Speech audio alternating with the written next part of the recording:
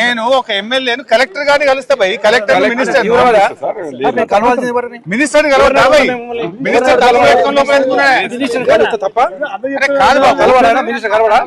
ఎమ్మెల్యేలు కలవడానికి ఏం భయ్? నేను ఒక మాజీ నీటిపారుదల శాఖ మంత్రిని, 7 సార్లు ఎమ్మెల్యేను.